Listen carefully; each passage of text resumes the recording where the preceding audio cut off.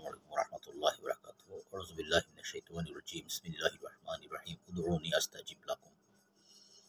আল্লাহ রাব্বুল আলামিন বলেন তার কালামে পাকের মধ্যে যে বান্দা তোমরা আমার কাছে প্রার্থনা করো, আমি তোমাদের প্রার্থনা কবুল করব।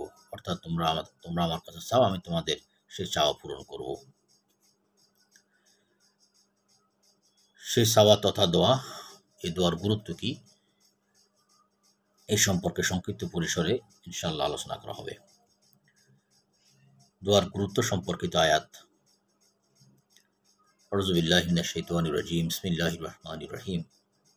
উদউনি আস্তাজিব লাকুম।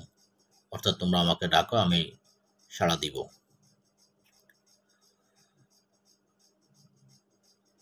আর জায়গা আল্লাহ রাব্বুল আলামিন বলেন, যার অর্থ, আর আমার বান্দারা যখন আপনার কাছে আমার ব্যাপারে জিজ্ঞাসা করে, বস্তুত আমি নিকটে।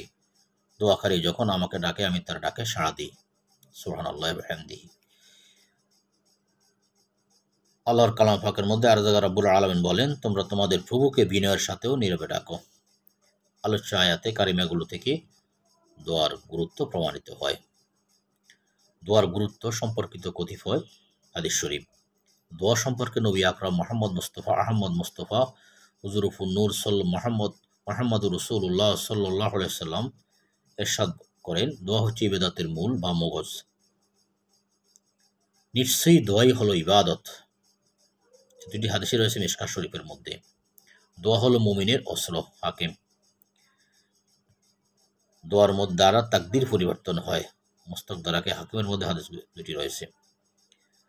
আল্লাহ রসুল সাল্লাল্লাহু আলাইহি সাল্লাম আরো বলেন, মহান আল্লাহ তাআলার নিকট দোয়ার চাইতে অধিক সম্মানিত বিষয় আর কিছু নেই। হাদিসটি রয়েছে তিরমিজি শরীফের মধ্যে। আল্লাহ রসুল আরো বলেন, যে ব্যক্তি আল্লাহর নিকট চায় না, আল্লাহ তার উপর রাগ হন। হাদিসটি রয়েছে তিরমিজি শরীফের মধ্যে। এখন আমরা জানবো দোয়ার হুকুম সম্পর্কে। দোয়ার হুকুম দুই প্রকার, যথা এক মুস্তাহাব।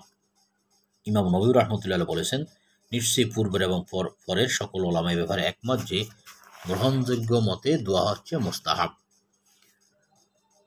ওয়াজিব, কোনো কোনো ক্ষেত্রে দোয়া করা ওয়াজিব, যেমন ওই দোয়া যা সূরা ফাতিহার মধ্যে রয়েছে তা নামাজের মধ্যে করা ওয়াজিব। দোয়া কবুলের শর্তাবলী: এক, পরিধেয় বস্ত্র এবং খাবার হালাল হওয়া।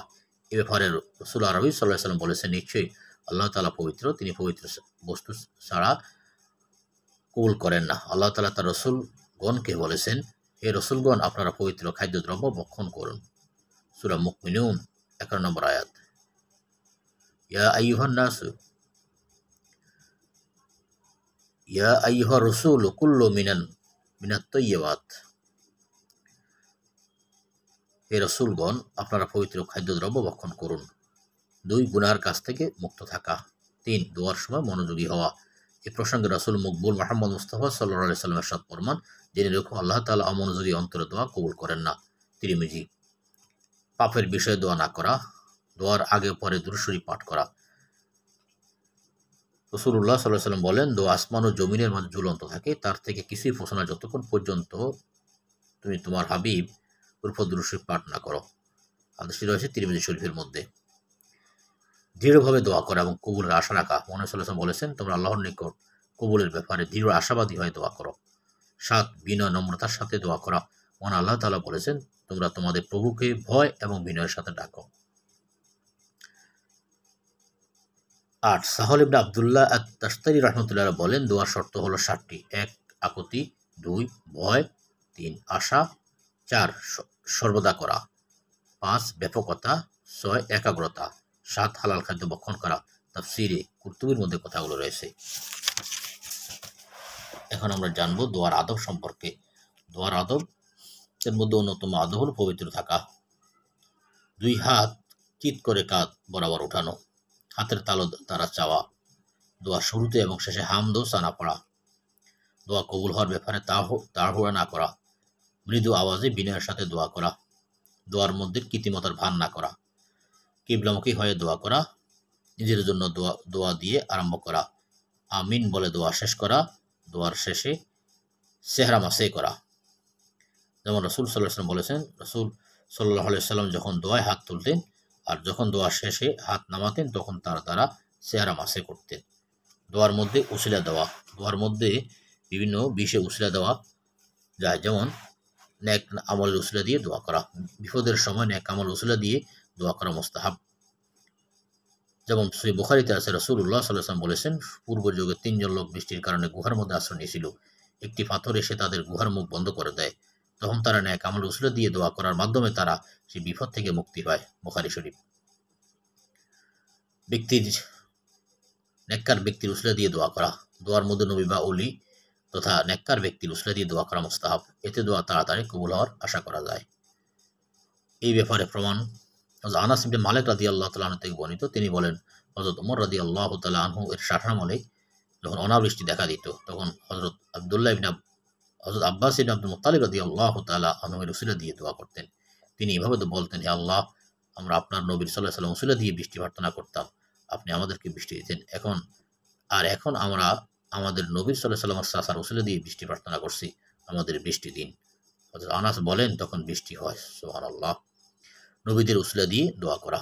মহানবী হযরত মুহাম্মদ মুস্তাফা সাল্লাল্লাহু আলাইহি ওয়াসাল্লাম হযরত আলী রাদিয়াল্লাহু তাআলা আনহু এর মাতা ফাতেমা বিনতে আসাদ রাদিয়াল্লাহু তাআলা আনহা এর দাফন শেষ করলেন।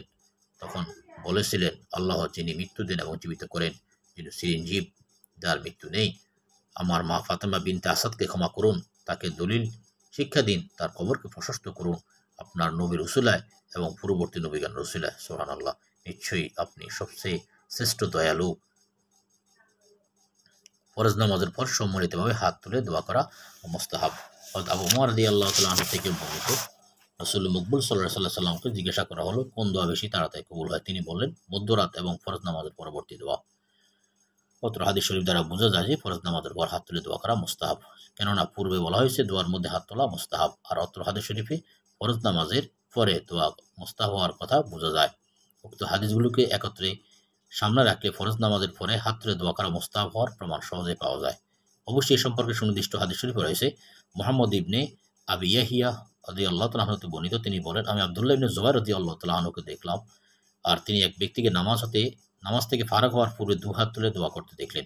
উক্ত ব্যক্তি যখন ফারেক হলো, তখন ইবনে জুবাইর রাদিয়াল্লাহু তাআলা আনহু বলে, নিশ্চয়ই রাসূল সাল্লাল্লাহু আলাইহি ওয়াসাল্লাম তার নামাজ থেকে ফারেক না হয়ে দু হাত তুলতেন না। তাছাড়া সম্মিলিতভাবে দোয়া করলে তা দ্রুত কবুল হয়, তা বিদায় সম্মিলিতভাবে দোয়া করা মুস্তাহাব। হাদিস শরীফে এসেছে, হযরত হাবিব বিন মাসলামা রাদিয়াল্লাহু তাআলা আনহু থেকে বর্ণিত, তিনি ছিলেন মুস্তাজাবুদ দাওয়াত।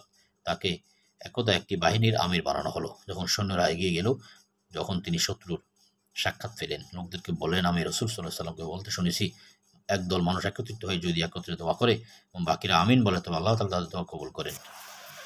হাদিস শরীফে আরও রয়েছে, হযরত আবু হুরায়রা রাদিয়াল্লাহু তাআলা আনহু থেকে বর্ণিত, তিনি বলেন, নিশ্চয়ই রাসূলুল্লাহ সাল্লাল্লাহু আলাইহি ওয়াসাল্লাম নামাজের সালাম ফিরানোর পর কিবলামুখী থাকা অবস্থায় হাত তুলে দোয়া করলেন। মোট কথা, ফরজ নামাজের পর সম্মিলিতভাবে হাত তুলে দোয়া করা মুস্তাহাব। যে সকল সময় দোয়া কবুল হয়: ১. সাহরির সময়, ২. ইফতারের সময়। রাসূল সাল্লাল্লাহু আলাইহি ওয়াসাল্লাম বলেন, ৩ ব্যক্তির দোয়া ফেরত দেওয়া হয় না। ১. রোজাদারের দোয়া যখন সে ইফতার করে। সফর অবস্থায় দোয়া কবুল হয় বৃষ্টির সময়, অসুস্থ অবস্থায়, শেষ রাতে। হাদিস শরীফে এসেছে, আল্লাহ তাআলা রাতের শেষ তৃতীয়াংশে দুনিয়ার আসমানে আসেন এবং বলেন, কে আছে আমার কাছে দোয়া করবে, আমি তার ডাকে সাড়া দিব। আযান এবং ইকামতের মাঝে। হাদিস শরীফে আছে, আযান এবং ইকামতের মধ্যবর্তী সময়ে দোয়া ফেরানো হয় না। ৮. জুমার দিনের দোয়া। ৯. কোরআন শরীফ খতমের পরের দোয়া। আল্লাহ রাব্বুল আলামিন আমাদেরকে তার সন্তুষ্টির জন্য দোয়া করে তার কাছ থেকে আমাদের দুনিয়া ও আখিরাতের যাবতীয় নেক মাকসাদগুলো সে নেওয়ার তৌফিক দান করুক। আমিন ইয়া রাব্বাল আলামিন।